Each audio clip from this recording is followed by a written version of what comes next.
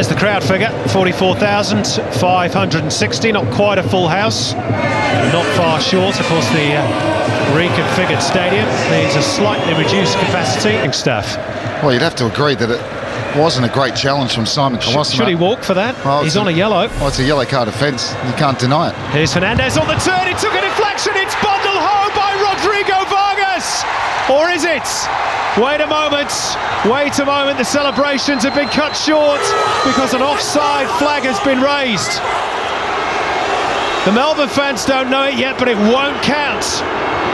And Sydney are away up the other end. A big talking point in the grand final.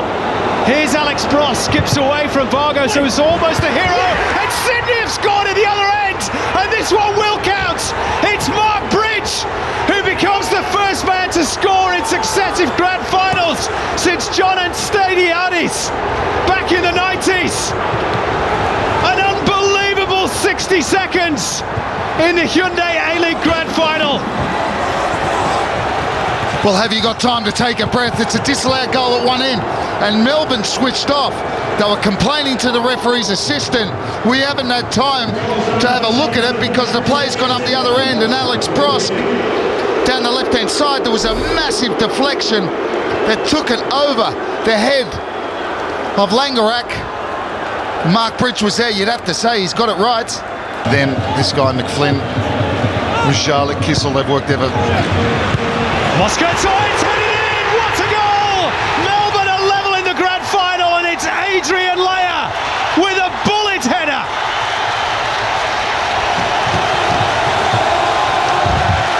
Etihad Stadium erupts. A sea of dark blue. They look dead and buried. Well, enter Adrian Leia. Well, if there was one way they were going to get back, it always looked likely from the set piece. And you told us you missed. Well, there you go, I changed my mind. Simon Colosimo scores and puts Sydney 1-0 up in the penalty shootout. He's the master of psychology from 11 metres. Can he fool Clint Bolton?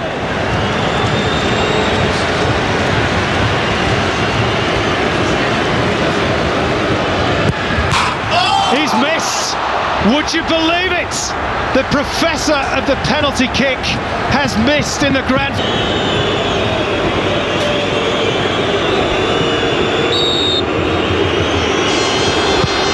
Oh, it's a great save by Mitch Langerak. That is Mark Schwarzer-esque from the young Melbourne stopper. I was about to say that. What a great save to Langerak. Right, he picks the right way, but still there's not... Though, 1-0. After 3 penalties taken. Grant Brebner up next for Melbourne. Cool as you like, the Scotsman. 1-1. A few months ago, he didn't think he'd be involved in a moment as big as this, but here he is. And he puts Sydney FC back in front at 2-1. Mistake. Now Marvin Angulo is up next. He's played in finals football before back in Costa Rica. His former club sides lost out to Deportivo Saprissa back in 2007 in finals football. Big responsibility on the Costa Rican. And it's a great stop by Clint Bolton away to his left. Sydney really have the advantage now. Major semi-final. This for 3-1.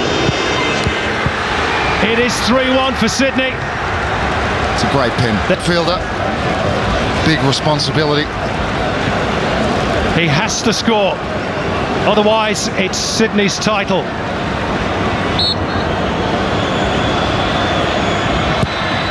He does score. People holding their breath.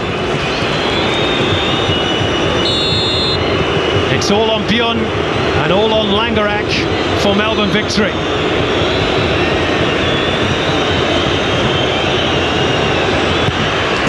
Scores! Sydney FC are the champions. The Sky Blues denying Melbourne back-to-back titles to secure their first championship in 4 years. Vitoslav Levitska wins the double in his first season in Australia.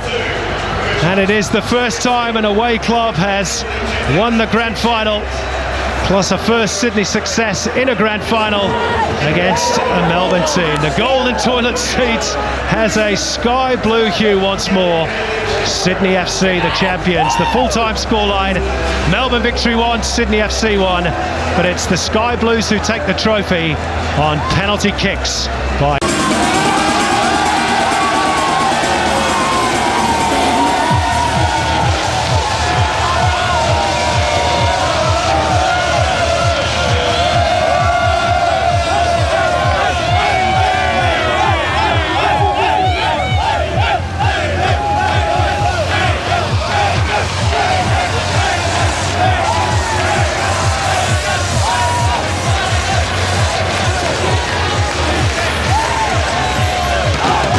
Well, Sydney FC have come into the very hostile environment that is Etihad Stadium. It's been the home, a very successful home in grand final terms, at least for Melbourne Victory. And after a very, very tight season between the two, very difficult to separate both teams. So it was today, having gone through 120 minutes, just a goal apiece, and then the penalty shootout. And the dice rolled the way of Sydney FC, who were good enough to prevail and win their second championship. On that ledger, they now draw level with their arch rivals Melbourne Victory.